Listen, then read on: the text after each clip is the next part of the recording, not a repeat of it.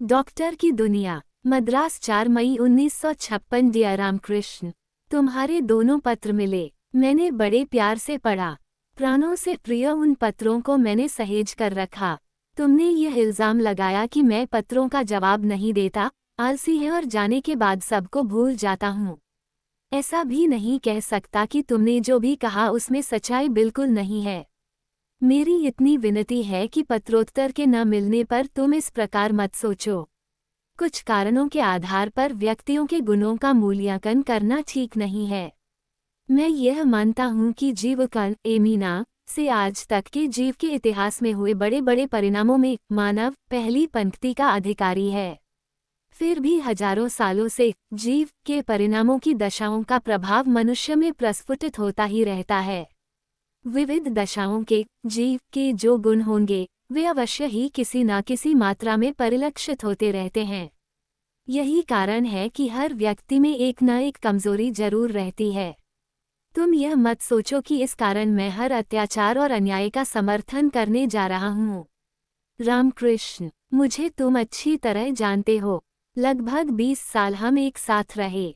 हमने आपस में कोई बात नहीं छिपाने की जरूरत पड़े तो भी हमने आपस में किसी बात को नहीं छिपाया, मगर दोनों ने मिलकर छिपाया। वैसे आपस में कोई मतभेद नहीं था। तुम्हारे पत्रों के कारण मुझे बहुत दुख हुआ।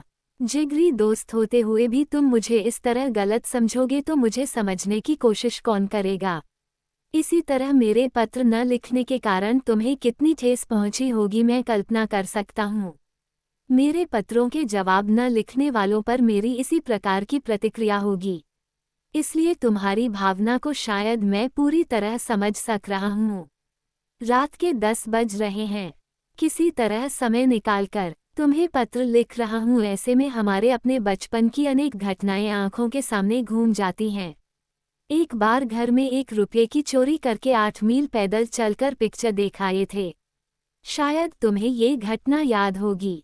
उससे पहले हम शहर के बारे में सिर्फ सुनते थे, मगर कभी देखा नहीं। पहली बार शहर गुंटूर देखने पर लगभग बेहोश होने की नौबत आ गई थी। वहाँ के लोगों की सुख सुविधाएं देखकर हमें ईर्ष्या हो रही थी। गांव से तुलना करने लगा कि यह शहर धरती पर स्वर्ग ही है। उसके बाद उसी शहर में हम 6 साल तक पढ़ते रहे, मगर उस समय के दृष्टिकोण में विशेष परिवर्तन नहीं आया। मैं पहले सोचता था कि मनुष्य के लिए धन से बढ़कर कुछ और मानव मूल्य हैं। उसका कारण भी है। इस प्रकार मेरे सोचने का कारण है उस समय जिम्मेदारियों से दूर मेरा छात्र जीवन। उस समय हमने ये जानने की जरूरत महसूस नहीं की कि माँ बाप कितनी मुश्किलों को झेलते रहे थे। हमने कभी यह भी नहीं सोचा कि वे किस प्रकार हमें पैसे भेज रहे हैं। यथार्थ जीवन में कदम रखते ही विचारों में परिवर्तन आने लगा। आज के संसार में पैसों से बढ़कर कुछ नहीं है। मानव का सारा इतिहास उसके इर्द गिर्द चक्कर काट रहा है। मैं ये भी जानता हूँ कि मेरा यह विचार सबको मान्य नहीं है, मगर यह भी सच है कि कौन सा विचार ऐसा है जो सबको मान्य हो। भारत की स्वतंत्रता के लिए कुछ प्राण न्यौछावर कर रहे थे तो कुछ लोगों ने उस स्वतंत्रता को आवश्यक ही नहीं माना। इसलिए सर्वमान्य विचार का कोई अर्थ ही नहीं है। मैं महामानवों या योगियों की बात नहीं लिख रहा हूँ।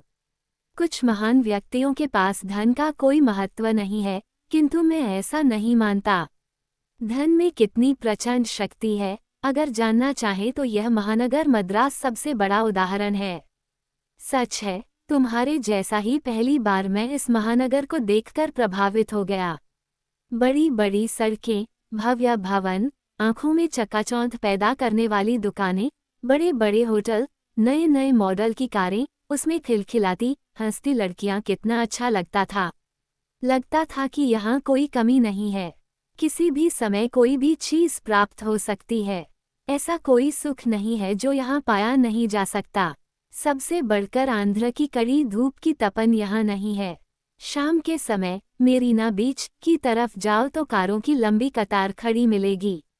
तुम अंदाजा नहीं लगा सकोगे समुद्र की ऊंची तरंगे उफनती लहरों के साथ उठने वाली हवा में खुली सांस लेकर, रेती में अपने आप को ढीला छोड़ किनारे को छूकर रोती हुई। बिखर जाने वाली तरंगों को देखना, इन सब को एक सुखद अनुभूति नहीं कह सकने का साहस मुझमें नहीं है। यदि मैं कहूँ कि यह आनंद, ये सुख और ये सारी अनुभूतियाँ सभी को नहीं मिल रही हैं तो तुम मुझे क्षमा करो। ये बात तुम्हें आश्चर्यजनक लग रही है न? लेकिन रामकृष्ण, इसमें आश्चर्य करने की जरूरत नहीं है। इस सच्चाई को चारों तरफ देख ही रहे हैं। अजीब बात यह है कि इस सच्चाई से मुंह फेर कर, अनदेखा करके हम इसे टाल रहे हैं। तुम सोचो, जिस मजदूर को दिन रात की कड़ी मेहनत के बाद भी 2 जून रोटी मयस्सर नहीं, वह शाम को समुद्र के किनारे चैन की सांस क्या ले सकेगा? आधुनिक समाज इस समुद्र के किनारे चैन की सांस लेने की फुर्सत और मौका उसे नहीं दे रहा है। वो मजदूर यही सोचेगा कि उस समय मजदूरी करेगा तो उसे और 4 आने मिलेंगे और उसे रोटी के 2 टुकड़े मिल जाएंगे, इसलिए काम की तलाश में वो यहाँ वहाँ भटकेगा, समुद्र के किनारे खुली सांस लेने नहीं आएगा। मैं यह नहीं कहता कि यहाँ के सब लोग ऐसे ही हैं। ऊंची ऊंची इमारतों की छांव में पल रही झुग्गी झोपड़ियों को देखकर मेरा खून खौलने लगता है। एक तरफ वो मनुष्य जो जरूरत से ज्यादा धन कमाकर उसे खर्च न करके सड़ा रहा है, तो दूसरी तरफ वह इंसान है जो एक एक पैसे का मोहताज है, उस पैसे को कमाने के लिए कितनी मुसीबतें झेल रहा है, जो काम उसे नहीं करना चाहिए उसे भी कर रहा है। मेरी ये गलतफहमी नहीं है कि सभी गरीब सच्चे इंसान हैं। मैं स्वीकार करता हूँ कि इनमें बुराइयां भी ज्यादा हैं, किंतु मेरा विश्वास है कि इन बुराइयों का कारण मैं, तुम या हम जैसे दूसरे इंसान ही हैं। शायद तुम ये बात नहीं मानोगे, मगर मैं ये कह सकता हूँ कि यह बात सच है। किसी व्यक्ति को चोरी करने के लिए उसे जरूरी माहौल तैयार करके हम यह आरोप नहीं लगा सकते कि उसने चोरी की। जिस समाज ने स्त्री के लिए व्यभिचार के सिवा जीने का और कोई रास्ता नहीं रखा, वही समाज उस स्त्री का धिक्कार करे, ये कहाँ का न्याय है? आज का मानव धन कमाने के लिए जो हथकंडे अपना रहा है, उन्हें देखकर मेरे मन में समूची मानव जाति पर क्रोध, गुस्सा और एक तरह की दया की भावना भी जागृत हो रही है। तुम अध्यापक हो, तुम अध्यापक इसलिए नहीं बने कि भारत के भविष्य को, इन बच्चों के भविष्य को सुनहरा बनाना है। सरकार तुम्हें 60 रुपये वेतन देती है, इसलिए तुम काम कर रहे हो। मेरी भी यही दशा है। मैं डॉक्टरी इसलिए नहीं कर रहा है कि रोगियों की सेवा करना चाहता हूँ। वेतन न मिले तो तुम अध्यापक नहीं रहोगे और अच्छी आमदनी न हो तो मैं डॉक्टरी छोड़ दूंगा। चाहने न चाहने का कोई सवाल नहीं है, हम उसी धुरी पर फिर रहे हैं जिस धुरी का केंद्र है पैसा। पैसे की मानव ने ही सृष्टि की, मगर आज उसने मानव को ही अपना गुलाम बना लिया। मद्रास महानगर के बारे में तुम्हारे जो विचार हैं, उनसे मैं सहमत नहीं हूँ। यह नगर ही नहीं, किसी भी नगर को देखता हूँ तो वेश्या का स्मरण हो आता है। रूप, सौंदर्य और किसी भी विषय से उसका कोई ताल्लुक नहीं रहता। उसके लिए धन ही सबसे बढ़कर है।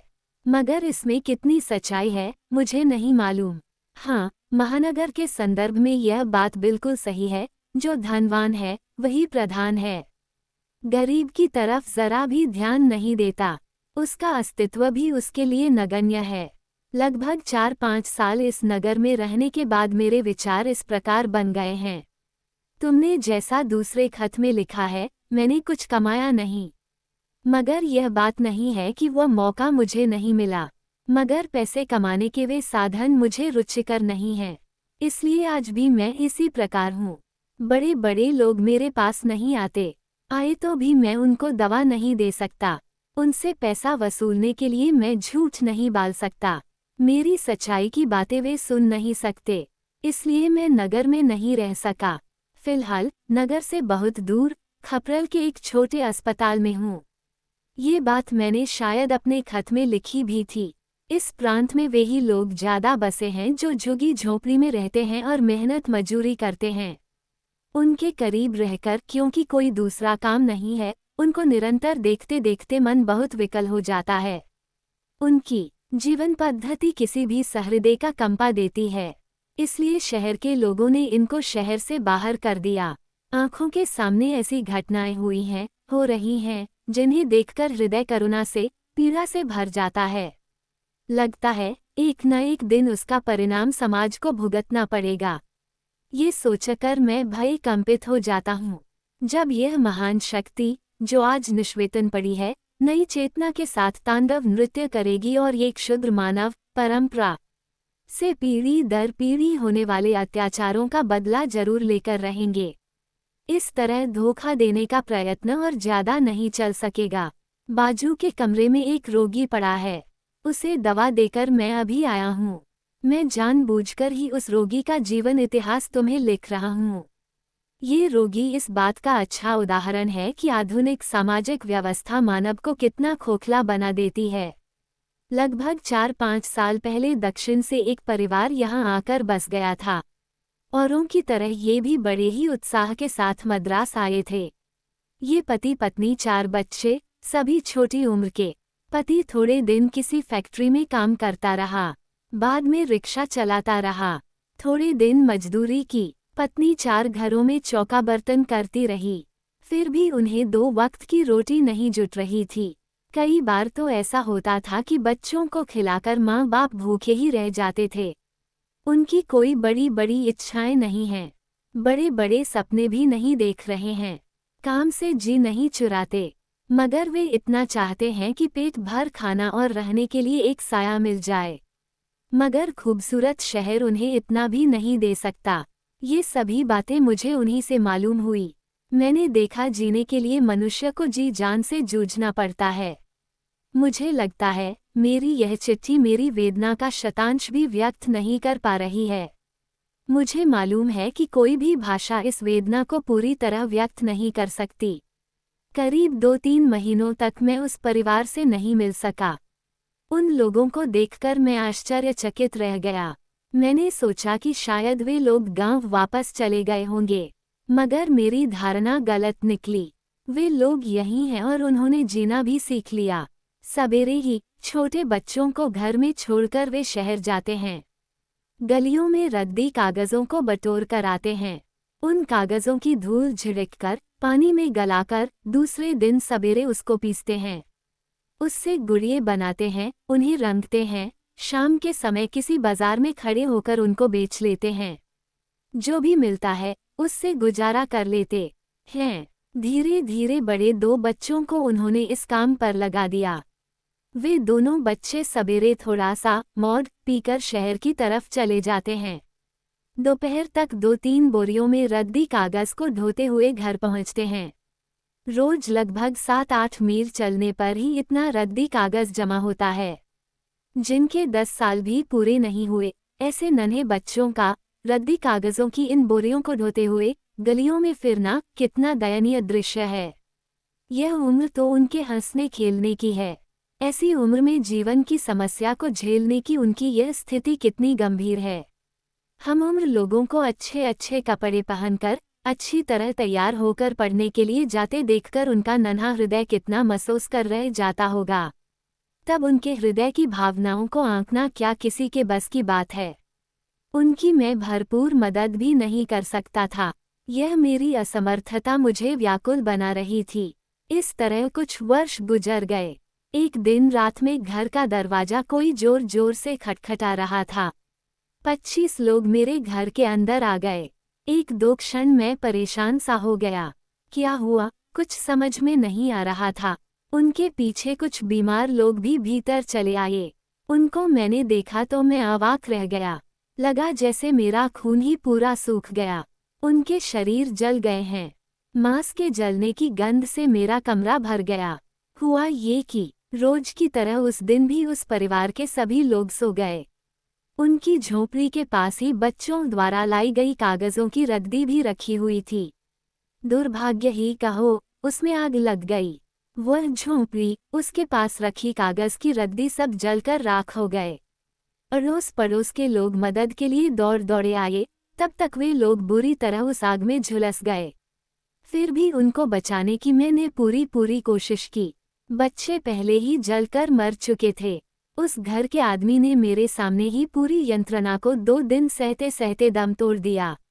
उसे बचाने के लिए मैंने अपनी पूरी शक्ति और विवेक का प्रयोग किया।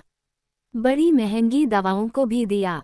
48 घंटे तक उसे बचाने के लिए मैं मृत्यु से बराबर लड़ता रहा। आखिर विजय मृत्यु देवता को मिली और मैं पराजित हुआ। रामकृष्ण, भगवान पर मुझे कोई भरोसा नहीं है। जगत का रक्षक मानते हैं उसको। अगर वह होता तो इतने अन्याय, अत्याचार और अमानवीय कांडों को देखकर चुप कैसे रह सकता। मनुष्य होकर भी हम ही जिन दारुण स्थितियों को बर्दाश्त नहीं कर सकते, उस करुणामय ने सहन किया, ये जानकर उसके व्यक्तित्व पर मेरे मन में घृणा पैदा होती है।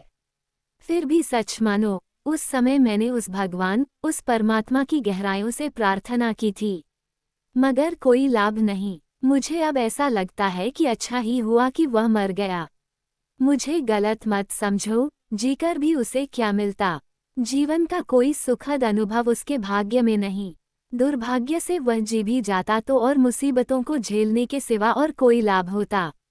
चारों के चारों बच्चे उस भयंकर दुर्घटना में जलकर राख हो गए। ये घटना क्या उसे पागल नहीं बना देती? बुरी तरह जले हुए हाथ पैर लेकर वह कैसे जीवन यापन कर सकेगा? इसलिए मुझे लगा कि वह मर गया, अच्छा ही हुआ। किंतु उससे भयंकर एक विषम समस्या का मैं सामना कर रहा हूँ। उसकी पत्नी भी बुरी तरह जल गई थी। उसकी भी दवा दारू मैंने ही की है। वह धीरे धीरे अच्छी हो रही है। पहली विजय मृत्यु को मिली तो इस बार मैं विजयी हुआ। उसे बचा लिया मैंने। मेरे इस काम के अच्छे बुरे दोनों पक्षों पर मैंने घंटों सोचा। मैं इस निर्णय पर पहुंचा कि उसे बचाकर मैंने घोर पाप किया।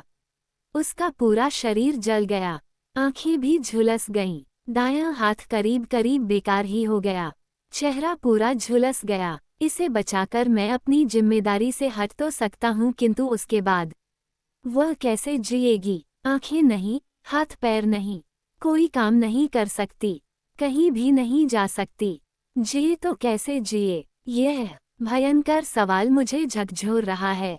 उसकी हमेशा के लिए देखभाल मैं नहीं कर सकता। मेरी स्थिति यह है कि मेरा अपना गुजारा ही मुश्किल है तो दूसरों का पालन पोषण भला क्या करूँगा? उसमें भी सामान्य रोगी भी नहीं है।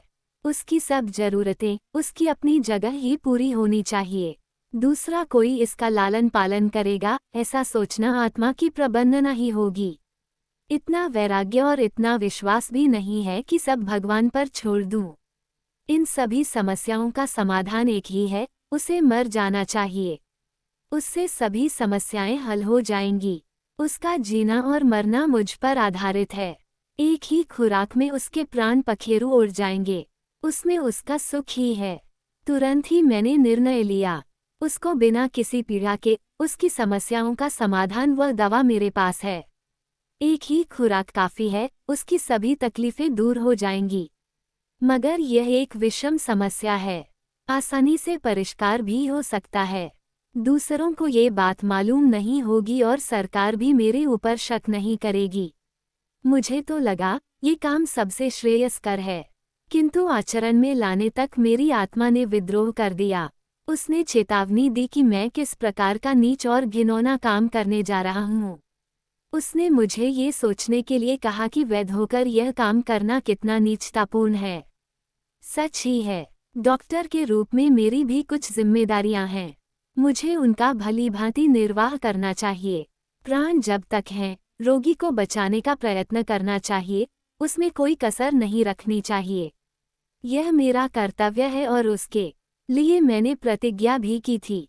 मुझे रोगी की दूसरी समस्याओं से कोई संबंध नहीं है। वह राजा हो या भिखारी, डॉक्टर हूँ मैं, मेरे लिए सब समान है। रोगी को रोग से मुक्त करना है, बचाना है, यही मेरी ड्यूटी है। किंतु मैं उसके विपरीत करने जा रहा हूँ तो इसका मतलब है मैं अपनी जिम्मेदारी से हट गया है। अपने हाथों एक प्राणी की हत्या कर दी मैंने। हत्यारे की सजा मुझे भी मिल सकती है। क्यों नहीं? एक छरी से, बंदूक से मारता है तो मैंने विज्ञान के वरदान दवा से मार डाला। साधन अलग हो सकते हैं, रास्ते अलग हो सकते हैं, किंतु परिणाम एक ही है न। कितने लोगों को इन हाथों से मैंने प्राण दान किया, एक प्राणी की हत्या नहीं कर सका। फिर कुर्सी पर आकर बैठ गया। कई विचार उठ रहे हैं। मैंने निश्चय कर लिया कि उसको बचाऊंगा। ठीक है, बचा सकते हैं। फिर उसके बाद क्या होगा? डॉक्टर के रूप में मेरा कर्तव्य शायद पूरा हो जाएगा, किंतु मनुष्य के रूप में मेरा कर्तव्य और बहुत है, उसे मैं नहीं निभा सकता। प्राणों के साथ सड़कों पर उसको छोड़कर जिंदगी भर की मुसीबतों को झेलने के लिए उसे छोड़ देना क्या मानवता कहलाएगी? उसके आने वाले दारुण वेदनापूर्ण जीवन का जिम्मेदार मैं माना जाऊंगा। साथ ही प्राणी को सुखी बनाने के लिए कोशिश करना छोड़कर जीवन भर नरकयातना भुगतने के लिए छोड़ देना धर्म तो नहीं माना जा सकता। इस समय मुझे क्या करना चाहिए?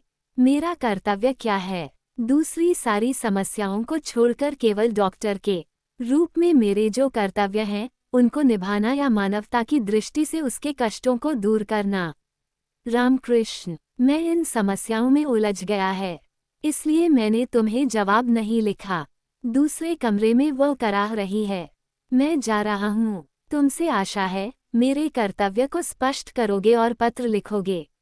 तुम्हारे पत्र की प्रतीक्षा में, तुम्हारा मूर्ति।